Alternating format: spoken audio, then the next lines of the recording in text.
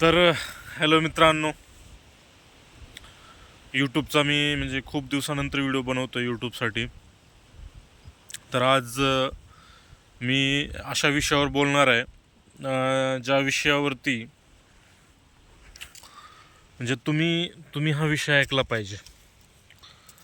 तर जे आपल्या देशातील जे बाबा लोक आहेत, जसं की आता आचार्य प्रशांत आहेत, वेगवेगळ्या ज्या स्पिरिच्युअल संस्था आहेत, त्याबद्दल मी आज बोलणार आहे.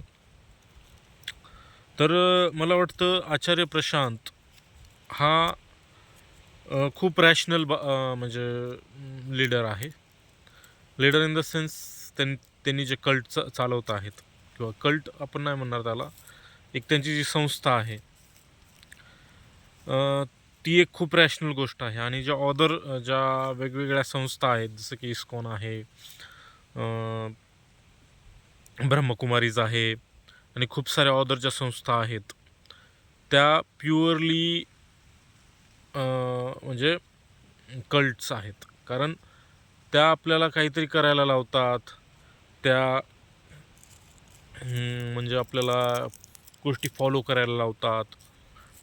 तर अशा आहेत त्या. मग आता जरी आपण आचार्य प्रशांतला ऐकत असू, तरी आपण खूप जास्त दिवस नाही ऐकलं पाहिजे त्यांना.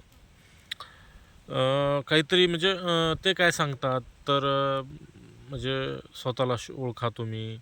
तुम्हाला काय पाहिजे, तुम्हाला जे काही सांगितलं गेलं आहे ते कंडिशनिंग झालेली आहे प्रत्येकाची, असंच सांगितलेलं आहे.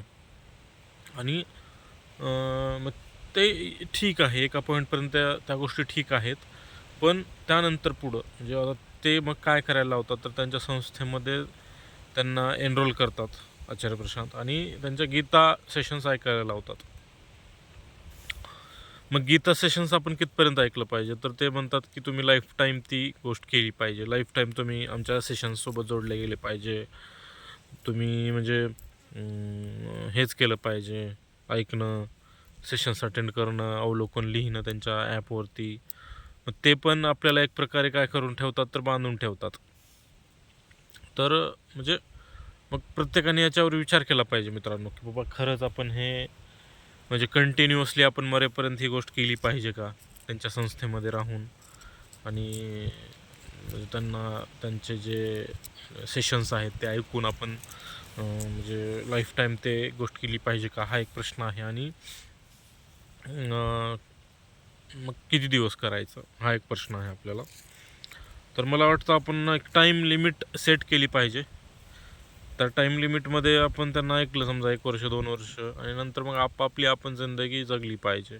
आपल्याला जशी जगायची तशी आपण जगली पाहिजे. काही काय मुद्द्यावरती आपण त्यांच्याशी नक्कीच सहमत होऊ, जे की लग्नाबद्दल असेल, किंवा मग अदर ज्या जिम करा तुम्ही, त्यांना शरीराला स्ट्रॉंग बनवा, ह्या गोष्टी आपण केल्या पाहिजेत.